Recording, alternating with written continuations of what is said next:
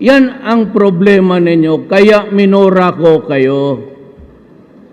Walang presidente na kayo because you are not behaving. Now you're asking me for talks.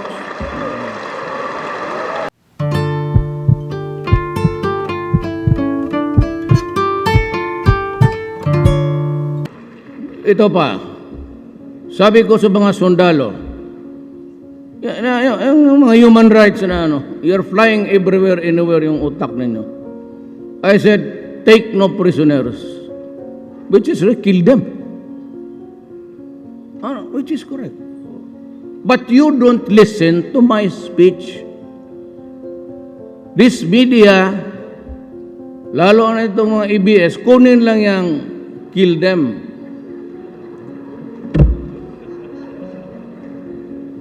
Yan ang problema ninyo, kaya minura ko kayo. Walang presidente na kayo because you are not behaving. Now you're asking me for talks.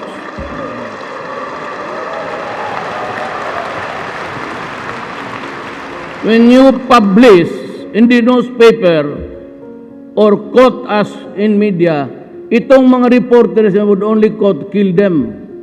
I said, kill them in a fight. If you have to shoot them at the heart or the head.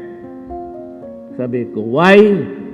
Because they will be detained here in Marawi.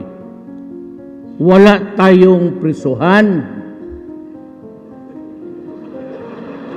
Ngayon, and the courts will always insist that they will be, that's the law, that they will be tried and detained in the place where they committed the crime. Kaya huwag kayong mapatayin talaga ninyo, kasi ilagay natin yan dyan sa barracks natin dyan sa ating mechanized division.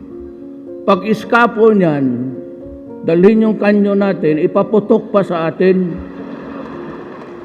Marami, how many jailbreaks in Mindanao and Cotabato alone?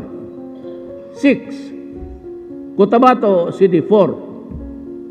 Ang jail doon nire-raid tapos pinapalabas. Alam ba ninyo yan? Because you do not publish. Or ito mga tagamay nila, hindi kayo, mga bright kayo, i-believe ako. Mga gonggong. Sabi na, why? What happened last April in Davao? It was bombed. How many were killed?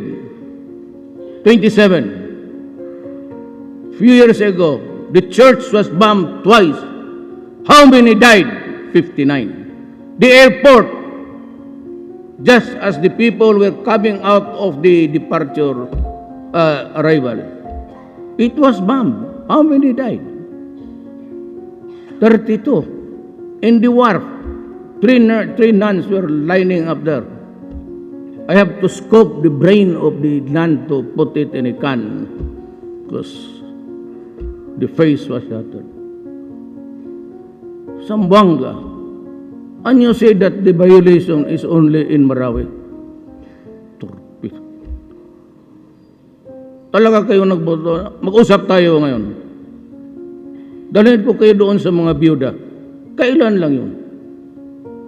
Huwag sabihin na it's only in Marawi. Rebellion has been going on in Mindanao. Walang pinasanto doon. Hindi lang nyo binabasa ng gusto. Kasi it's very porous. Kung separate islands yan, baby. Kung separate yan, very porous, they can go. And Mindanao, this is not to... The Moro has nothing to do it. Pareho tayo. Pareho tayo maranaw. So, just shut up. Huwag kayong, ito ang totoo.